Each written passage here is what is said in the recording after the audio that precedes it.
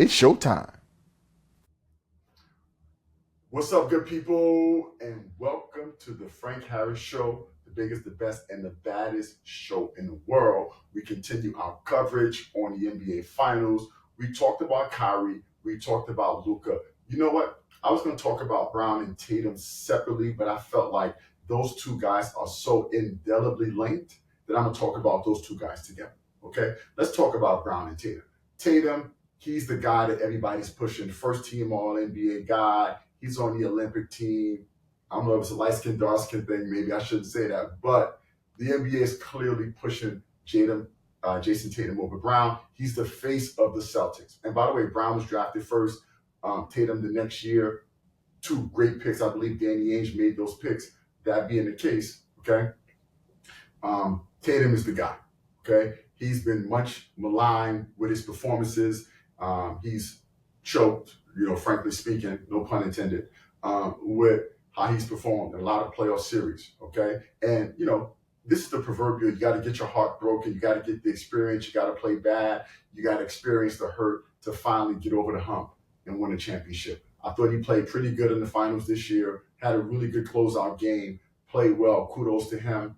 And now he's in line right now to get a contract for a 5-year, $315 million to become the highest paid player in the NBA, who he will surpass his current teammate, right, Jaylen Brown, who is currently the highest paid player in the NBA, who got a contract for 5 years, and I believe it was $305 million. And again, as more guys come up and their contracts come up, other superstars in the league, they will eclipse those numbers. But Tatum will get a new $315 million deal, which I think he deserves, and I think he's redeemed and he feels good, and I think his game will elevate actually because the pressure of him losing. I mean, he's been getting far in the playoffs for years and years and years and years. I mean, they've been getting really far since very early in his career. They've been getting the conference finals, they got to the championship, and they've always lost and choked when the big moments happen. And he really hasn't played particularly well, so it's good for him, and now he can play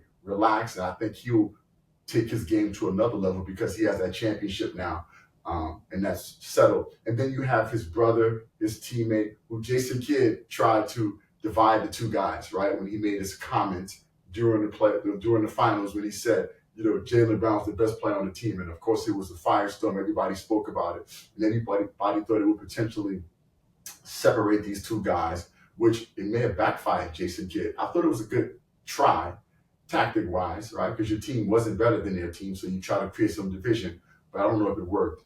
I thought Brown was exemplary all playoffs. I thought Brown was their best player in the playoffs this year. And Brown seems to be a guy that kind of ignores the noise and goes and does what he's supposed to do. He's a dog. He's tough.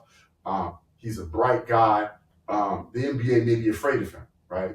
He's incredibly bright, a bit revolutionary in his ideologies and his ideas. And so people feel like the NBA is a little afraid of Jaylen Brown. But anyway, I thought he had a great playoffs. He deserved the MVP. I'm glad Silver got it right, and they didn't just give it to Tatum because he's the NBA darling.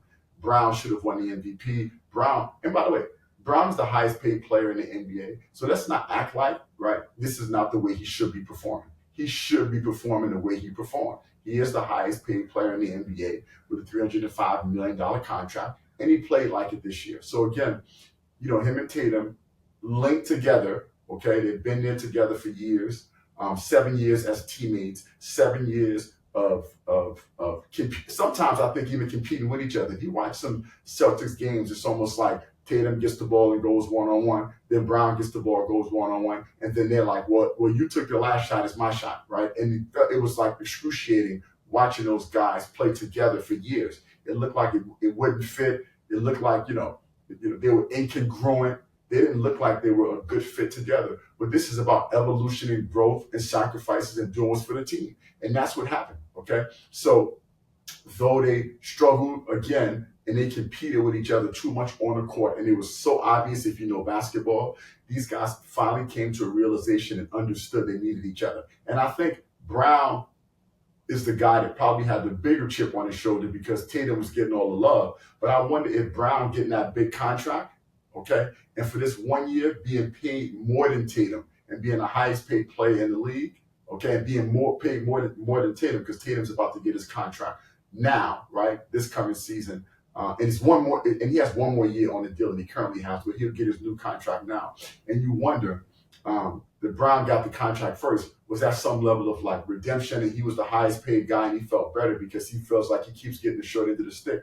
I don't know, but whatever it was, these guys came together to win a championship. They both made sacrifices. I will say this about both of them: they played both ends of the court, which is what I respect about them. They play good on the offensive end, sometimes selfish, but and sometimes they play selfish, too much one-on-one, and shoot too many jump shots at times. But I thought Tatum especially drove the ball really good, right, in the closeout game.